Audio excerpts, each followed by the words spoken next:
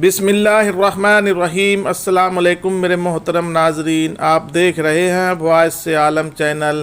میرے محترم ناظرین، آپ سے معتوانہ گزارش ہے کہ اس ویڈیو کو مکمل طریقے سے سمجھنے کے لیے اسے آخر تک ضرور دیکھیں اور ہمارے چینل کو سبسکرائب کرنا بالکل ہی نہ بھولیں اور پاس میں دیے گئے بیل آئیکن بٹن کو بھی دبا دیں تاکہ ہماری اگلی آنے والی ویڈیو کی نوٹیفیکیشن آپ لوگوں تک بآسانی پہنچتی رہے۔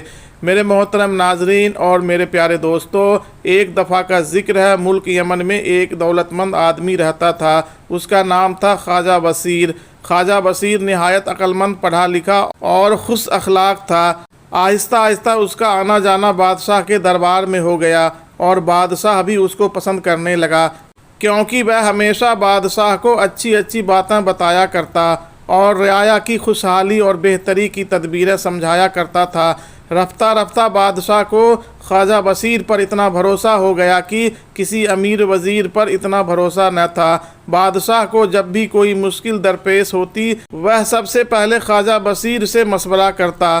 ہمیشہ ہی بادشاہ نے محسوس کیا کہ خواجہ کا مشورہ بہت کار آمد ہوتا ہے۔ بادشاہ نے محل کے پہرے دار سپاہیوں اور غلاموں کو حکم دے رکھا تھا کہ خواجہ بصیر جب چاہے شاہی محل میں آ سکتا ہے، اسے بالکل نہ روکا جائے اور سب اس سے عزت اور احترام سے پیش آئے۔ یہ صورتحال بادشاہ کے وزیر کو ناگوار گزرتی تھی۔ بادشاہ کا وزیر ایک مکار اور کینہ پرست شخص تھا۔ اسے یہ بات بالکل اچھی نہ لگتی تھی کہ بادشاہ اپنے وزیر کے بجائے خواجہ بصیر پر اعتماد کرتا ہے اور اس سے تمام معاملات میں مشورہ کرتا ہے۔ اس نے سوچا کہ کسی طرح بادشاہ کے دل میں خواجہ بصیر کے خلاف نفرت پیدا کرنی چاہیے۔ کافی سوچ بچار کے بعد اس نے بادشاہ کے کان خواجہ بصیر کے خلاف بھرنے کا منصوبہ بنا لیا۔ ایک دن جب بادشاہ اکیلا تھا، مکار وزیر اس کے پاس آیا اور اس سے کہا، بادشاہ سلامت کا اقبال بلند ہو اور آپ کا سایہ ہم پر ہمیشہ قائم رہے۔ سلطنت کو روز بروز ترقی نصیب ہو اور تخت و تاج کی عظمت برقرار رہے۔ یہ غلام بہت دنوں سے ایک خاص معاملے میں پریشان ہے اور حضور سے اسی سلسلے میں کچھ عرض کرنے کا خواہش مند ہے۔ اگر اجازت عطا فرمائی جائے تو عرض کریں۔ بادشاہ نے کہا، اجازت ہے۔ مکار وزیر نے کہا، عالی جناب، دو باتیں ایسی ہیں جو سلطنت کے لیے خرابی کا باعث بن سکتی ہے اور اس میں خود حضور کا تخت و تاج بھی خطرے میں پڑ سکتا ہے۔ حضور، پہلی بات یہ ہے کہ جو لوگ واقعی عزت اور احترام کے حقدار ہوں انہیں وہ عزت نہ دی جائے اور ان کا احترام نہ کیا جائے۔ دوسری بات یہ ہے کہ جو لوگ ادنا درجے کے ہوں اور اس قابل نہ ہو کہ انہیں بادشاہ منہ لگائے، ان لوگوں کو نچلے درجے سے اٹھا کر اوپر پہنچا دیا جائے۔ بادشاہ انہیں اپنے قریب بٹھانے لگے اور ہر معاملے میں انہی سے مشورہ کرنے لگے۔ یہ لوگ چونکہ ادنا ذہن کے ہوتے ہیں، اس لیے ان سے کسی اچھے مشورے کی توقع نہیں کی جا سکتی۔ بادشاہ نے پریشان ہو کر کہا، ہم سمجھے نہیں، تم کہنا کیا چاہتے ہو؟ ذرا کھل کر بات کرو۔ وزیر نے کہا، حضور، گستاخی معاف، میرا اشارہ خواجہ بصیر کی طرف ہے جسے حضور نے خواہ مخواہ عزت دار بنا دیا ہے اور ہر معاملے میں جب تک خواجہ بصیر آپ کو مشورہ نہ دے آپ اس پر عمل نہیں فرماتے۔ شاید جہاں پناہ کو معلوم نہیں کہ یہ شخص بہت چالاک، مکار اور دھوکے باز ہے۔ شہر کا بچہ بچہ اس کی بدمعاشیوں سے واقف ہے۔ آپ تو خود سوچ سکتے ہیں کہ خواجہ بصیر جیسا بدنام آدمی آپ کا مصاحب ہو تو رعایا پر کتنا برا اثر پڑ سکتا ہے۔ بادشاہ نے بڑے غور سے وزیر کی تقریر سنی اور پھر کہا کہ تم کیا کہتے ہو؟ کیا ہم اتنے عقل بھی نہیں رکھتے کہ اچھے برے اور ادنا اعلیٰ آدمی میں تمیز کر سکے؟ جہاں تک ہم نے جانچا اور پرکھا ہے، خواجہ بصیر نہایت نیک، عقل مند اور دیانتدار شخص ہیں اور ہمیں اس پر پورا بھروسہ ہے۔ آج تک اس نے جتنے بھی مشورے ہمیں دیے ہیں وہ سب درست ہیں، مفید ثابت ہوئے۔ ہم نے کئی بار اس کی آزمائش کی ہے، ہر دفعہ اسے کھرا اور سچا انسان پایا ہے۔ تم نے اس کے خلاف جو الزامات لگائے ہیں، اب تمہارا فرض ہے کہ انہیں صحیح ثابت کرو، ورنہ ہم تمہیں ایسی عبرتناک سزا دیں گے کہ ہمیشہ یاد رکھو گے۔ یہ سنتے ہی وزیر کا خون خشک ہو گیا۔ دہشت کے مارے وزیر کے چہرے کا رنگ ہلدی کی طرح پیلا پڑ گیا، ہاتھ پاؤں کانپنے لگے۔ فوراً جھک کر بادشاہ کے قدموں کو بوسہ دیا اور ساتھ سلام کر کے رخصت ہوا۔ مکار وزیر ہانپتا کانپتا اپنے مکان پر پہنچا اور ٹھنڈے پانی کے کئی پیالے پی دیے، تب کہیں اوسان بحال ہوئے۔ اپنے آپ سے کہنے لگا چلے تھے نماز بخشوانے، الٹے روز گلے پڑ گئے۔ مجھ کم بخت کو کیا خبر تھی کہ خواجہ بصیر نے بادشاہ پر ایسا جادو کر رکھا ہے کہ اس کے خلاف بادشاہ کچھ سننے کے لیے تیار ہی نہیں۔ اب اگر میں خواجہ بصیر کے بارے میں یہ الزام ثابت نہ کر سکا تو بادشاہ مجھے زندہ نہ چھوڑیں گے، اور کیا عجب میرا جن بچہ کوہلو میں پلوا دے۔ جوں وزیر اس معاملے پر غور کرتا تو اسے اپنی ہی جان کے لالے پڑتے نظر آتے۔ اب اس نے دماغ لڑانا شروع کیا کہ وہ کون سی تدبیر ہو سکتی ہے جس کے ذریعے خواجہ بصیر کو بادشاہ کی نگاہوں سے گرایا جائے۔ سوچتے سوچتے شیطان نے آخرکار مکار وزیر کے کان میں ایک تدبیر پھونک ہی دی۔ اس شہر میں 70-80 برس کی ایک بڑھیا رہتی تھی، مکاری اور چالاکی میں لاجواب، اگر کہو تو آسمان سے تارے توڑ لائے۔ سب اسے فافا کٹنی کہتے، اس کے کاٹے کا منتر ہی نہ تھا۔ وزیر نے اپنا ایک آدمی بھیج کر اس فافا کٹنی کو بلوایا۔ وہ فوراً حاضر ہوئی اور وزیر کو لاکھوں دعائیں دے کر بولی، سرکار آج تو میری قسمت ہی جاگ گئی۔ حضور نے مجھ غریب بڑھیا کو کیوں کر یاد فرمایا؟ باری جاؤں حضور کا چہرہ اترا ہوا ہے، کیا کوئی پریشانی آپ کے دشمنوں پر آن پڑی ہے؟ وزیر نے کہا، ہاں ماں جان، کچھ ایسی ہی بات ہے۔ بادشاہ کا ایک مصاحب خواجہ بصیر میری جان کا دشمن بنا ہوا ہے، اسے نیچا دکھانے کے لیے فکر مند ہوں۔ میں نے بادشاہ سے کہا کہ یہ شخص بہت گھٹیا درجے کا ہے اور آپ کا مصاحب بننے کے اہل نہیں، مگر بادشاہ نے میری ایک نہ سنی اور کہنے لگا اگر تم نے اپنے الزامات کا ثبوت پیش نہ کیا تو تمہیں عبرتناک سزا دوں گا۔ اب اماں جان، میری عزت، آبرو اور جان و مال سب تمہارے ہاتھ میں ہے، کوئی ایسی تدبیر کرو جس سے خواجہ بصیر بادشاہ کی نظروں میں جلیل ہو جائے، پھر میں تمہیں منہ مانگا انعام دوں گا۔ بڑھیا نے مکار وزیر سے کہا، اے حضور، میری جان آپ کے قدموں پر نثال، کوئی ایک تو کہیے تو ہزاروں تدبیر سے خواجہ بصیر کو بدنام کروں۔ اب آپ اطمینان سے اپنے محل میں آرام فرمائیے اور باقی کام مجھ پر چھوڑ دیجیے۔ چالاک بڑھیا نے اگلے دن پھٹے پرانے تھرے بدن پر لٹکائے اور لاٹھی ٹکتی جھریاں بھری گردن ہلاتی آہستہ آہستہ خواجہ بصیر کے مکان پر پہنچی۔ مکان کے اندر گھسنے کا ارادہ کیا تو دربان نے ڈانٹ کر روکا، او بڑھیا، کون ہے تو اور کدھر جاتی ہے؟ بڑھیا نے دربان کی طرف نفرت بھری نظروں سے دیکھا اور چیخ کر بولی، ارے موئے، تیرا ستیہ ناش ہو، تجھے بابلا کتا کاٹے، دیکھتا نہیں ہم خواجہ بصیر کی بیگم سے ملاقات کے لیے جا رہے ہیں، تو ہمیں روکنے والا کون ہے؟ یہ کہہ کر بڑھیا نے دربان کو دھکا دے کر اندر جانے کی کوشش کی، مگر دربان نے جھلا کر بڑھیا کی لاٹھی پکڑ لی اور کہنے لگا، بڑی بھی کیا کہوں، میری نانی اماں کے برابر ہو، اس لیے لحاظ کر گیا، ورنہ کوئی اور اتنی گالیاں مجھے دیتا تو مارتے مارتے کچومر نکال دیا ہوتا۔ خواجہ بصیر اس وقت مکان میں موجود نہیں اور نہ ان کی بیگم اجنبی عورتوں سے ملتی ہے، اس لیے ٹھنڈے ٹھنڈے اپنا راستہ ناپو، ورنہ مجھے سختی سے کام لینا پڑے گا۔ دیکھ لو میں بہت برا آدمی ہوں۔ اتنا سننا تھا کہ بڑھیا نے لاٹھی زمین پر پھینک دی اور خود ذبح کیے ہوئے مرغے کی طرح تڑپنے لگی، ساتھ ساتھ بھیانک آواز میں چلاتی جاتی تھی، ارے لوگو، غضب خدا کا، یہ 2 ٹکے کا غلام مجھ غریب بڑھیا کو مار رہا ہے، ارے بچاؤ مجھے اس موذی سے، یہ مجھے مار ڈالے گا، یا الہی اس پر عذاب ٹوٹے، ابھی کھڑے کھڑے دم نکل جائے اس ظالم کا، ہائے ہائے میری تو ہڈیاں توڑ دی اس نے، ارے میرے چھوٹے چھوٹے معصوم بچے میرے یاد کریں گے۔ بڑھیا کا شور سن کر بہت سے راہگیر جمع ہو گئے اور سب نے بیچارے دربان پر لان تان کی، تمہیں شرم نہیں آتی اس غریب بڑھیا پر ہاتھ اٹھائے؟ دربان ہکا بکا اپنی جگہ کھڑا بڑھیا کو دیکھ رہا تھا۔ اس نے قسمیں کھا کر لوگوں کو یقین دلانے کی کوشش کی کہ بڑھیا مکاری کر رہی ہے، جھوٹ بول رہی ہے، میں نے اسے مارنا تو کجا انگلی نہیں لگائی، لیکن کسی نے بیچارے دربان کی نہ سنی۔ آخر ہنگامے کی خبر خواجہ بصیر کی بیوی کو بھی ہوئی۔ اس نے جلدی سے 2-3 کنیج کو دروازے پر بھیجا اور حکم دیا کہ ابھی اسی وقت اس بڑھیا کو ہمارے پاس عزت آبرو سے لاؤ اور دربان سے کہہ دو کہ اگر آئندہ اس نے کسی عورت پر ہاتھ اٹھایا یا اسے دھتکارا تو اپنے آپ کو نوکری سے برخاست سمجھے۔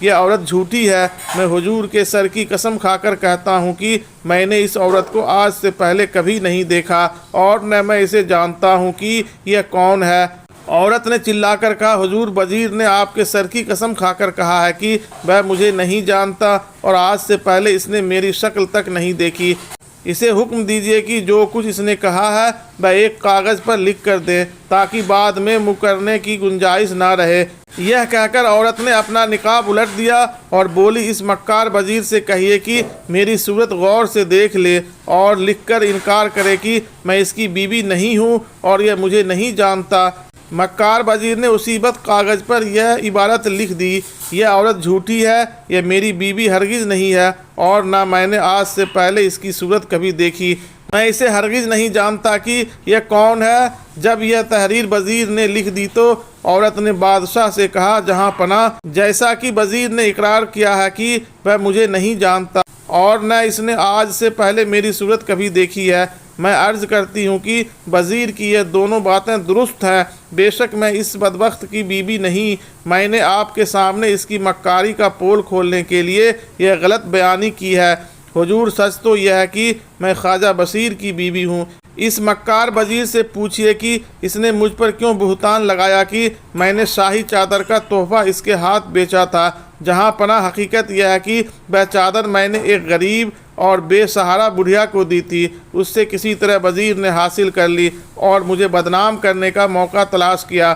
بادشاہ نے قہر بھری نگاہوں سے مکار وزیر کو گھورا، وزیر کے بدن میں کاٹے تو لہو نہیں۔ اسی وقت روتا ہوا بادشاہ کے قدموں میں گرا اور اپنے قصور کی معافی طلب کی، لیکن بادشاہ نے ٹھوکر مار کر اس کو پرے ہٹا دیا اور حکم دیا کہ جلاد کو بلایا جائے۔ حبشی جلاد حاضر ہوا، اس کے ہاتھ میں ننگی تلوار دیکھ کر وزیر کے رہے سہے ہوش بھی اڑ گئے۔